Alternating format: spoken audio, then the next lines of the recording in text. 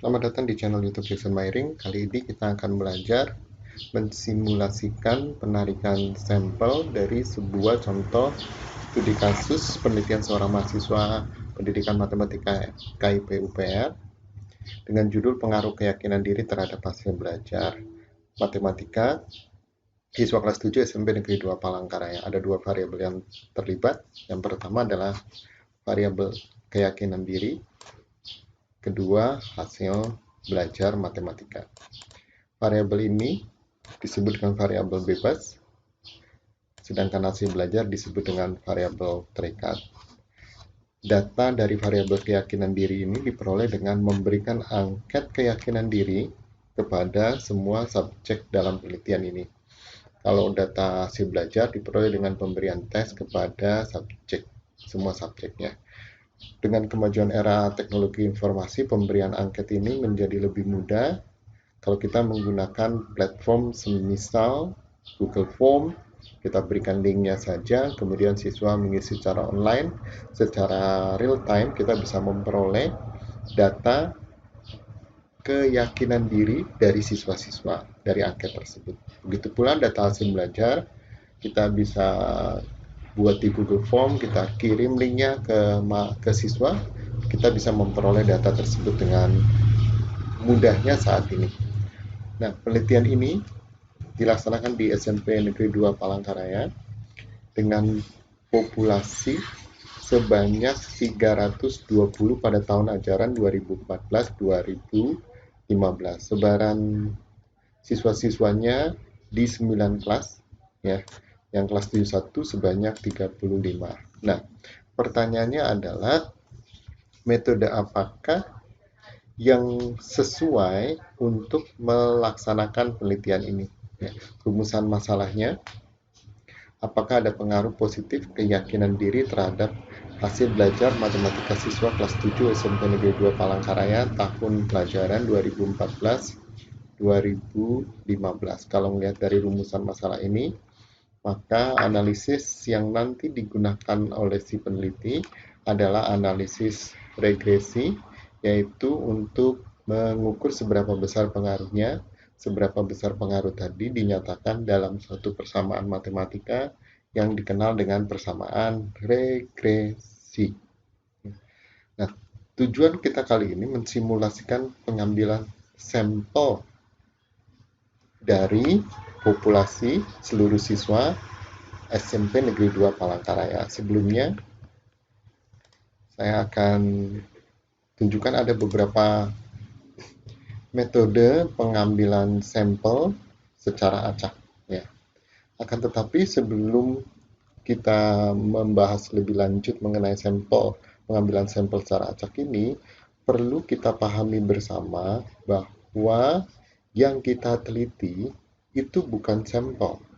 Yang kita ingin ketahui karakteristiknya atau yang ingin kita teliti itu adalah populasi. Pertanyaannya adalah, kalau yang kita teliti itu adalah populasi, mengapa kita mengambil sampel lalu seolah-olah melakukan penelitian pada sampel?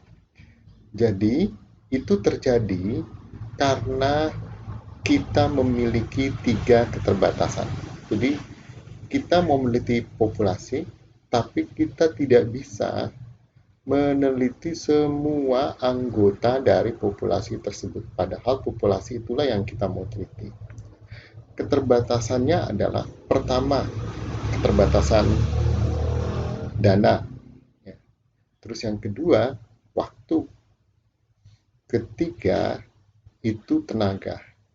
Jadi misalkan gini, populasinya ada 320, tetapi kita berpikir kalau kita ingin melaksanakan ke semua siswa yang sebanyak 320, kita merasa dana kita tidak cukup, atau waktu yang dibutuhkan kita itu tidak cukup banyak. Jadi misalkan kita prediksi kalau kita meneliti populasinya membutuhkan 6 bulan, padahal ideal melaksanakan penelitian skripsi itu selama 3 bulan. Datanya aja baru terkumpul 6 bulan. Terus kapan lulusnya? Jadi ada keterbatasan waktu di sana. Tenaga gitu loh. Kalau jumlah populasinya semakin besar, maka tentunya kita membutuhkan tenaga-tenaga yang lain. Padahal teman kita yang mau membantu itu tidak sebanyak yang dibutuhkan. Oleh karena itu, mau tidak mau kita mengambil sebagian dari populasi tersebut untuk kita teliti. Sebagian dari populasi tersebut itulah yang disebut dengan sampel. Pertanyaannya, ya, bukankah yang kita mau meneliti itu adalah populasi? Terus, apakah hasil dari sampel yang kita teliti, yang kita bagi angket keyakinan dirinya ke sampel, tes kita kasih ke sampel? Pertanyaannya adalah, kan bukan sampel yang kita mau teliti, tapi populasi. Pertanyaannya, apakah hasil dari sampel tadi bisa menggambarkan hasil atau karakteristik dari populasinya? Untuk itu, secara statistika, kita bisa menjawab ya. Mengapa? Karena ada suatu metode penarikan sampel yang hasil dari sampel tadi bisa digunakan untuk memperoleh gambaran tentang populasinya. Dengan kata yang lebih sederhana, hasil dari sampel bisa digeneralisasi ke populasinya. Metode penarikan sampel yang seperti apa? Secara statistika bisa dibuktikan bahwa penarikan sampel acak itu menjadikan hasil dari sampel bisa digeneralisasi ke populasinya. Apa yang dimaksud dengan penarikan sampel acak? Penarikan sampel acak itu adalah penarikan di mana semua anggota populasi mempunyai peluang yang sama untuk terpilih sebagai anggota sampel. Karena peluang yang sama inilah, sehingga hasil dari sampel bisa digeneralisasi ke populasinya. Ada juga penarikan sampel yang tidak demikian, atau dikatakan tanpa peluang. Kalau kita menggunakan penarikan sampel tanpa peluang, maka hasil dari sampel hanya berlaku untuk sampel situ saja, tidak berlaku untuk populasinya. Oleh karena itu, ya, biasanya dalam penelitian-penelitian itu digunakan penarikan sampel acak. Ada 4 macam penarikan sampel acak, yaitu acak sederhana, acak sistematik, acak bertingkat, dan acak bergerombol. Kita akan melakukan simulasi terhadap keempat penarikan sampel tadi menggunakan Minitab. Oke, sekarang kita lihat data penelitiannya terlebih dahulu. Tadi ada 9 kelas, jumlah siswanya 320. Nah, untuk menarik sampel, kita harus mempunyai yang namanya frame population. Frame of population, kerangka dari populasi. Kerangka populasi itu berisi daftar semua subjek yang ada pada populasi. Pada konteks penelitian tadi adalah daftar nama-nama atau kode siswa di SMP Negeri 2 Palangkaraya kelas 7. Ini frame population-nya. Oh ya, by the way, ya, tulisan ini, ya, definisi ini ada dalam buku statistika pendidikan yang saya tulis. Kalau kalian mau beli, bisa googling di Google, ketik saja statistika pendidikan Jackson Pasini Meiring, ketik aja di internet ini, yang maka akan muncul. Kalian bisa beli di e-commerce tertentu yang ada di Indonesia. Oke, kita kembali. Ini kerangka populasinya. Ini kelas 7A, 71 sampai 7I, 79. Nih, kode siswanya mulai dari SA001 sampai SA320. Jadi ini kerangka populasinya. Sekarang kita mau ngambil menggunakan acak sederhana. Misalkan saja kita ingin mengambil 100 siswa dari 320. 100 siswa yang terpilih tadi, itu loh yang akan kita berikan angket, kita akan tes sebagai data kita. Ini bisa dengan mudah kita lakukan kalau kita menggunakan aplikasi statistika Minitab. Ya, saya akan tunjukkan Minitabnya. Ini Minitab yang saya gunakan, Minitab 18. Ada dua jendela di Minitab. Ya, ini jendela atas atau jendela session. Ya, yang tempat Minitab mengeluarkan hasil-hasilnya. Yang di bawah itu jendela worksheet tempat data. Jendela worksheet itu ditandai dengan kolom C1, ini column, C column, kemudian baris. Baris yang ini, yang abu-abu ini baris judul kolom. Jadi data nggak boleh salah kamar ke sini. Data itu mulai dari baris pertama. Oke. Minitab kompatibel dengan Excel sehingga kita bisa langsung copy dari Excel ke Minitab. Saya copy dengan judul-judulnya. Copy. Oke, bisa copy. Lalu kita buka Minitab, kita paste karena dengan judul-judulnya, berarti kita Ctrl V atau paste cell. Oke, ya. Di sini muncul C1T. T ini berarti teks. Maknanya pada kolom ini itu berisi teks. Ini juga berisi teks. Kalau kita isi dengan bilangan misalkan 30, maka pada C3 tidak muncul T karena yang kita isi adalah bilangan. Kita hapus.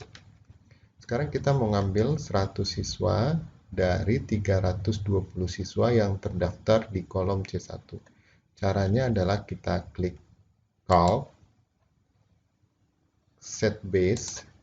Set Base ini bisa diisi antara bilangan 1 sampai 100. Kita buat set base-nya misalkan 10. Kalian bisa memilih set base yang lain, akan tetapi set base yang berbeda akan menghasilkan bilangan acak yang berbeda. Kalau set base-nya sama, kapanpun diambil, bilangan acaknya atau sampel yang terpilihnya akan tetap sama. Kita pilih set base-nya 10, klik OK. Lalu kita kembali klik Call, pilih Random Data, pilih Sample from Columns, akan muncul dialog box. Pertama kita isi Numbers of rows to sample. Artinya berapa banyak baris yang kita ingin ambil. Tadi kita akan coba mengambil 100 dari 320 siswa sehingga pada numbers of rows ini kita isi dengan 100. Kemudian kita isi from columns, dari kolom berapa. Di kotak ini kita bisa isi dengan C1 karena nama-nama siswa sebanyak 320 ada di kolom C1. Selain dengan mengetikkan, kita bisa juga dengan double klik pada C1 di kotak yang paling kiri. Double klik di sini, maka akan muncul di kotak from columns tulisan kode siswa yang merupakan nama dari kolom C1. Kemudian kita isi store samples in. Jadi kita simpan hasil pengambilan sampel tadi di kolom berapa. Kita isi dengan C3. Lalu tanda kosong di sini kita pastikan itu tidak tercentang, karena kalau ini tercentang artinya kita mengambil sampel dengan pengembalian. Setelah kita ambil, kita kembalikan lagi. Padahal yang kita ambil adalah setelah kita ambil misalkan siswa SA02, siswa tersebut tidak akan terambil kembali. Sehingga sampel yang kita ambil adalah sampel with no replacement. Kita klik OK. Maka hasilnya akan muncul di C3. Kita kasih nama kolom C3 dengan sederhana karena pengambilan acak sederhana. Baiklah, akan saya lanjutkan. Tadi kita sudah memperoleh penarikan sampel acak sederhana. Hasilnya adalah SA19. Tadi kita ngambil 100, harusnya di kolom C3 ini ada sebanyak 100 baris. That's right. Apa maknanya? Artinya adalah sampel yang terpilih sebanyak 100 siswa adalah siswa-siswa dengan kode SA19, SA141, SA188, seterusnya hingga SA yang ke-100, SA200 ya. Dari sini kita bisa memperoleh gambaran bahwa siswa-siswa yang terpilih adalah sebagian dari kelas 7A, sebagian dari kelas 7B. SA19 ini ada di kita lihat aja kelas 7A. Kemudian SA141 itu ada di 141 7D ya. Jadi sebagian siswa kelas 7A itu diambil sebagai sampel.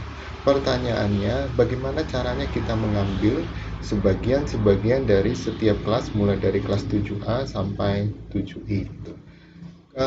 Kondisi tersebut itu menyulitkan dalam pelaksanaan penelitian, karena kita harus memanggil beberapa siswa dari kelas 7A untuk kita kumpulkan dengan teman-temannya dari kelas 7B sebagian sampai kelas 7I, 7 yang ke-9. Kita kumpulkan, kita panggil, baru setelah itu kita berikan angket dan kita tes hasil belajar.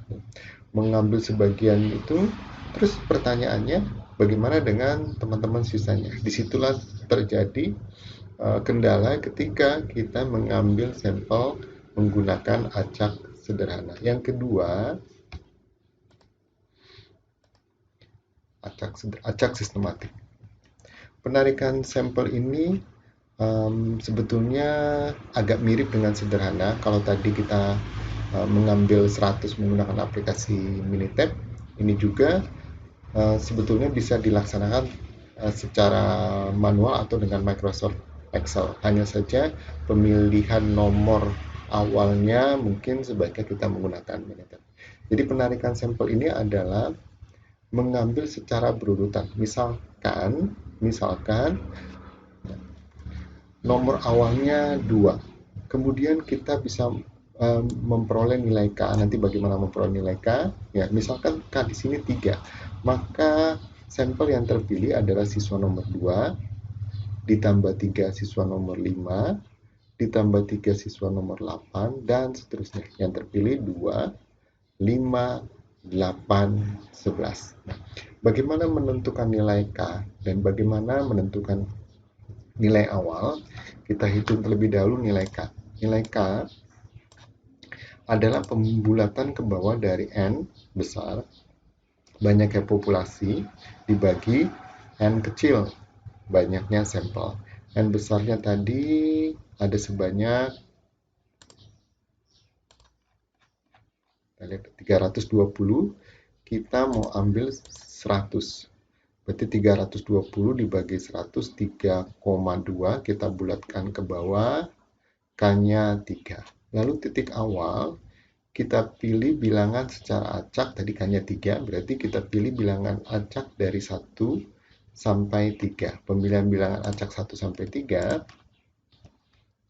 kita bisa gunakan dengan Minitab. Kita ketik di kolom C4, 1, 2, 3.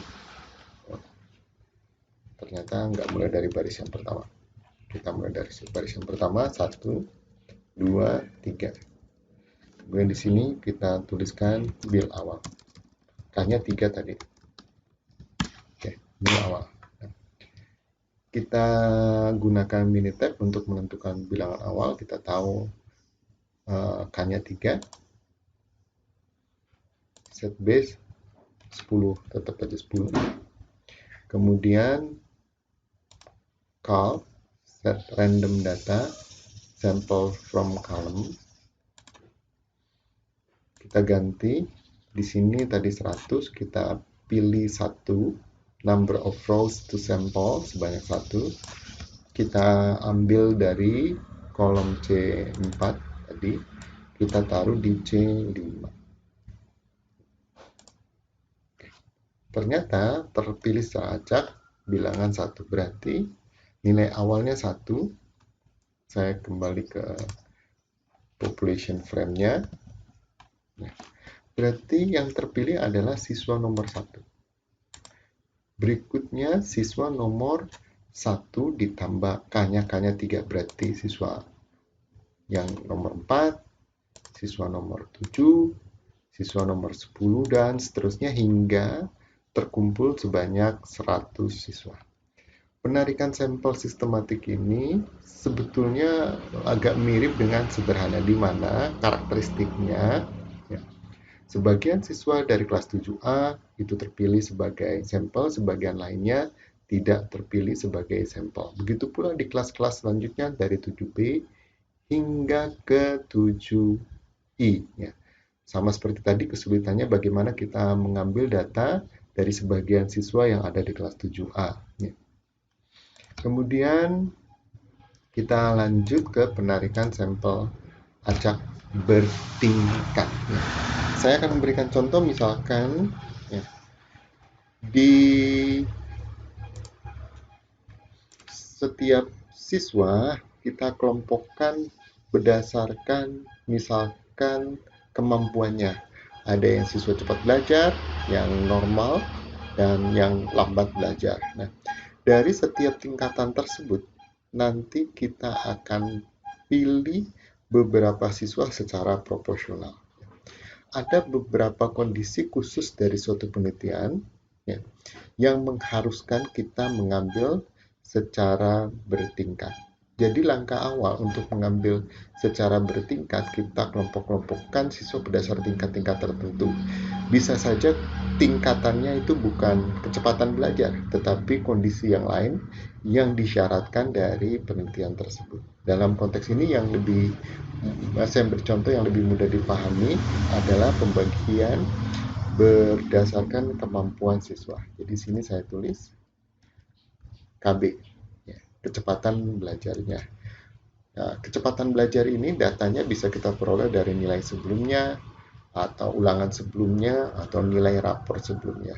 Yang paling penting adalah kita kelompokkan siswa berdasarkan kecepatan belajarnya. Misalkan saja berdasarkan data rapor sebelumnya, S01 ini cepat, yang ini normal, kemudian sini cepat, ini normal, normal lebih banyak, saya kelompokkan ini normal, kemudian yang berikutnya lambat belajar, lambat, ya. Kemudian lambatnya juga beberapa, ya. Kemudian kita kembali ke normal, ya. Nanti kita copy ke bawahnya, oke. Saya copy itu ke bawah supaya cepat. Oh, cepatnya saya tambahin terlalu dikit ya. Cepat, ini saya tambahin. Oke, di sini lambat, lambat, normal, normal. Oke, kemudian kita copy aja. Pada kondisi yang sebenarnya mungkin nggak kita copy, kita harus menyesuaikan dengan data nilai mereka yang sebelumnya atau raport mereka sebelumnya. Oke. Tapi supaya cepat, ya. Sekali lagi, penarikan acak bertingkat ini pada kasus-kasus penelitian tertentu sangatlah bermanfaat. Ya. Pada konteks ini juga mungkin kita harus mengambil acak bertingkat. Ya. Sudah selesai, kita ada kelompokkan. Kemudian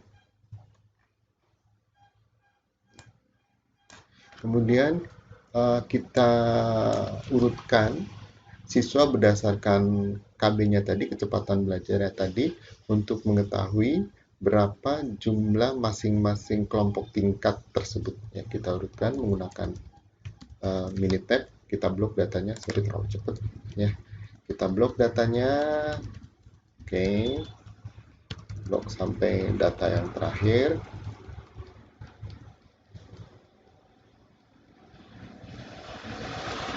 Lalu kita short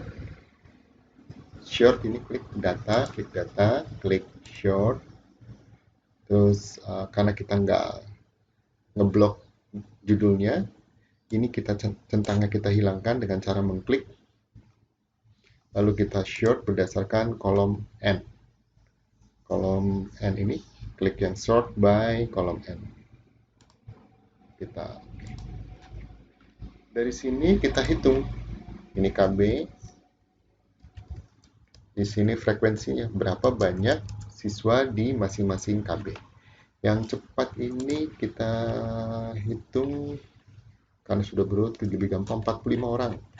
Ya, misalkan. Ini yang cepat,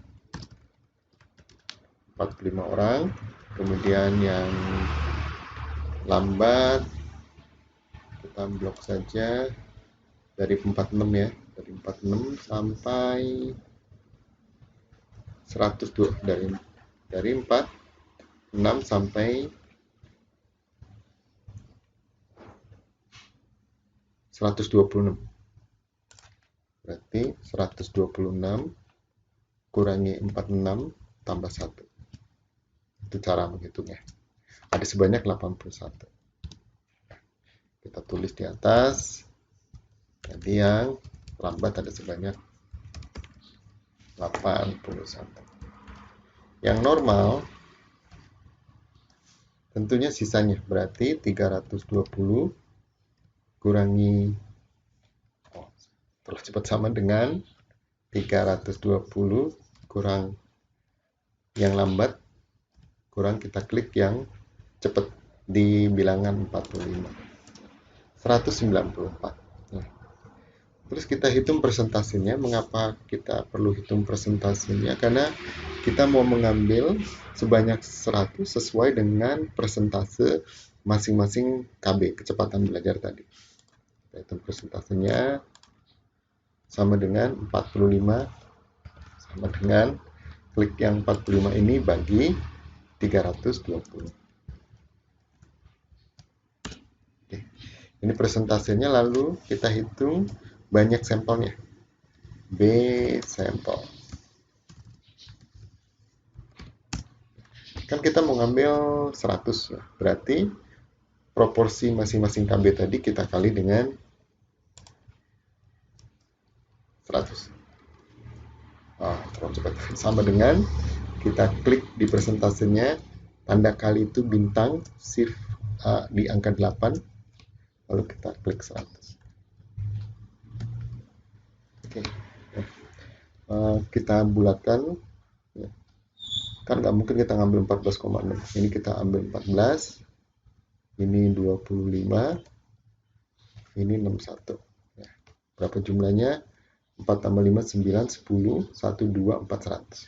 Jadi, di masing-masing kelompok tadi, di kelompok cepat kita ambil sebanyak 14, di kelompok lambat kita ambil 25 siswa, di kelompok normal kita ambil 61 siswa. Bagaimana caranya? Kita bisa menggunakan Minitab ya. Jadi caranya kita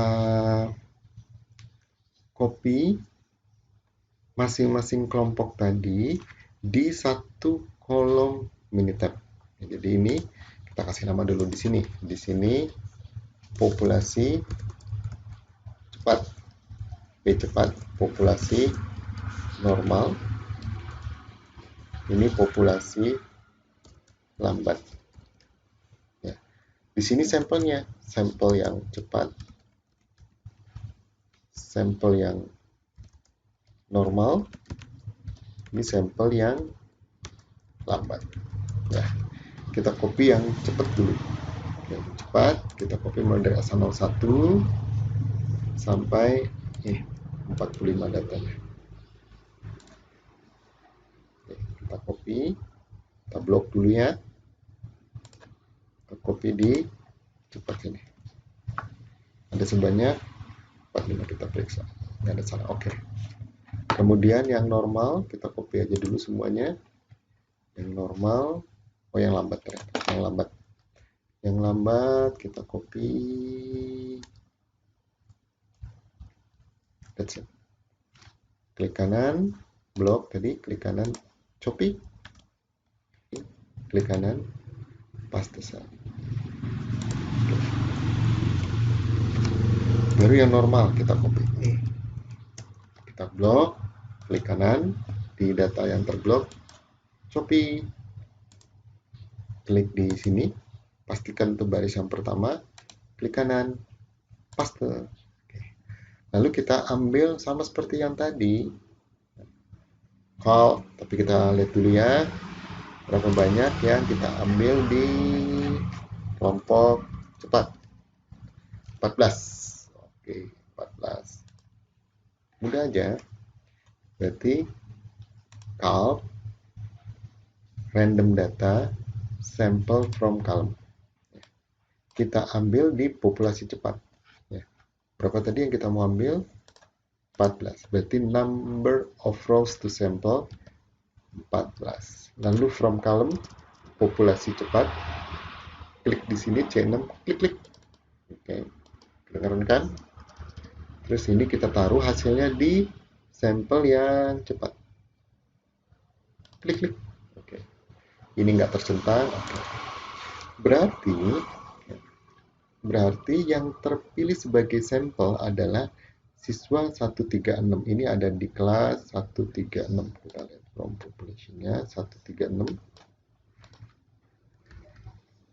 136. Ini 7D.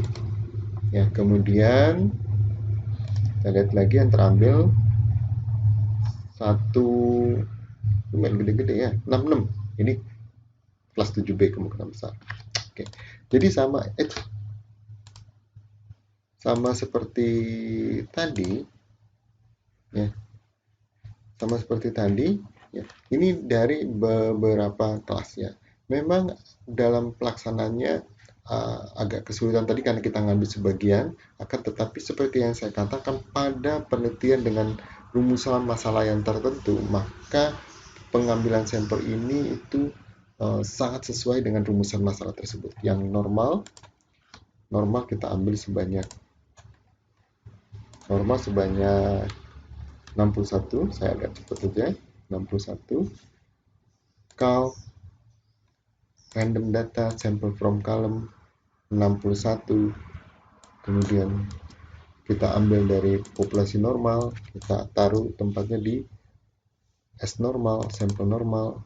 Oke, 61. Kemudian yang lambat kita ambil sebanyak 25.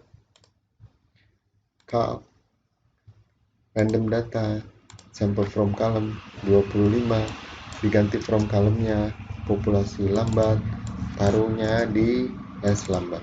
Nah, ini adalah penarikan sampel acak bertingkat. Terakhir adalah cluster random sampling, penarikan sampel acak bergerombol. Gerombol di sini adalah kondisi yang memang terjadi saat ini di sekolah ya. Dalam konteks sekolah, maka gerombol ini adalah rombel dari siswa. Rombel itu tadi kelas 7A itu rombel yang pertama, kelas 7B. Jadi sebetulnya secara alami siswa-siswa tadi sudah bergerombol berdasarkan kelas-kelasnya atau rombel-rombelnya. Jadi pada penarikan sampel acak bergerombol bukan siswanya yang kita pilih sebagai sampel, tapi yang kita pilih adalah rombelnya, klasternya atau gerombolnya. Ya. Terus yang menjadi sampel siapa? Adalah semua siswa yang kelasnya terpilih sebagai sampel. Ya. Nah, berarti kita ke Minitab, ya. Berarti yang diambil bukanlah siswa, tetapi kelas. Oleh karena itu di sini saya tulis kelas.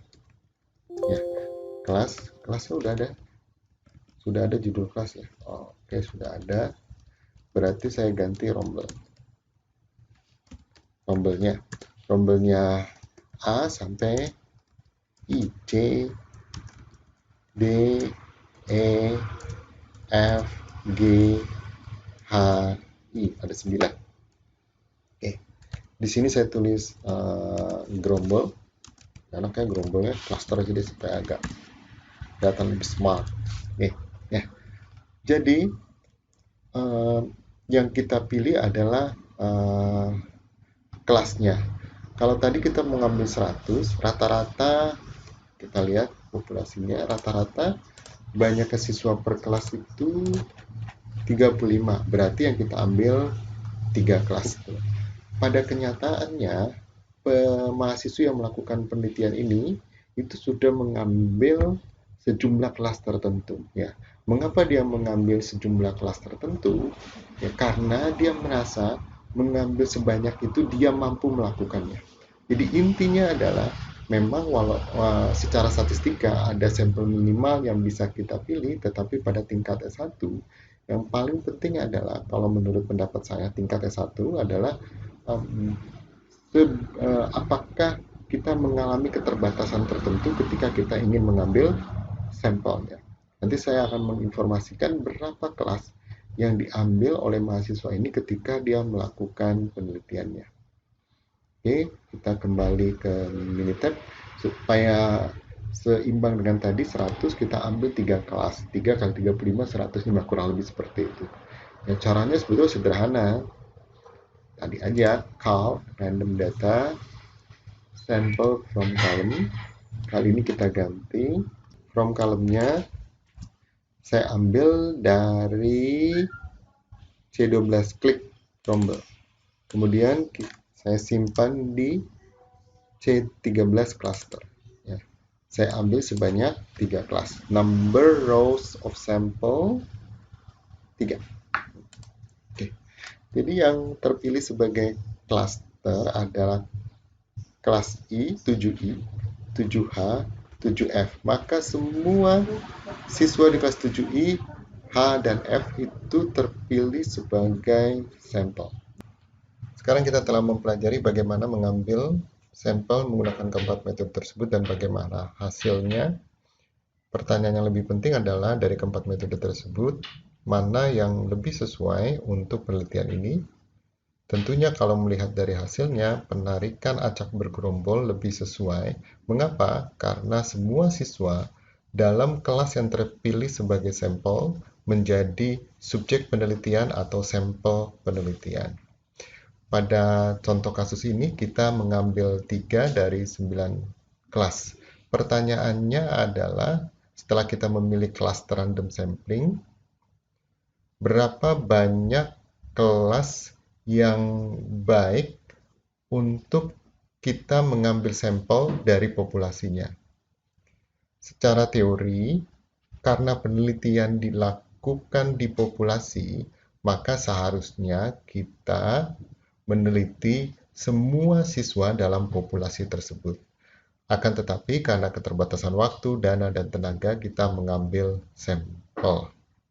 Selain itu, secara teori menyatakan bahwa semakin banyak sampel yang terpilih, itu semakin baik. Sekali lagi, kenapa kita mengambil sampel? Karena kita punya keterbatasan waktu, tenaga, dan biaya. Jadi, idealnya adalah banyak kelas yang kita ambil disesuaikan dengan kemampuan kita dari segi waktu, tenaga, dana, atau biaya. Jawaban pertanyaan tersebut sesungguhnya bisa kita lihat dari mahasiswa yang melakukan penelitian ini. Kita lihat di bab 3-nya. Saya akan tunjukkan. Ini adalah bab 3, di mana mahasiswa tadi telah mengambil sampelnya. Di sini disampaikan bahwa pada penelitian ini, sampel yang terpilih adalah 8 kelas dari 9 kelas. Karena menurut dia mampu mengambil 8 kelas tadi dari 9. Pertanyaannya mengapa dia mengambil 8 kelas? Kan tinggal 1 kelas lagi yang tidak terambil. Di sini ada penjelasannya. Karena 1 kelas dijadikan kelas uji coba. Instrumen. Jadi 1 kelas dia pilih atau 1 kelas yang tersisa itu dijadikan kelas uji coba untuk instrumen angket maupun instrumen tes hasil belajar. Sekarang kita akan mencoba mengambil 8 dari 9 kelas yang ada menggunakan Minitab. Ini saya ketik faktual. Ya. Kondisi yang sebenarnya yang dilakukan oleh mahasiswa yang melakukan penelitian tadi, mengambil 8 kelas, berarti kita klik call, random data, sample from column. Sekarang kita isi numbers of rows to sample 8.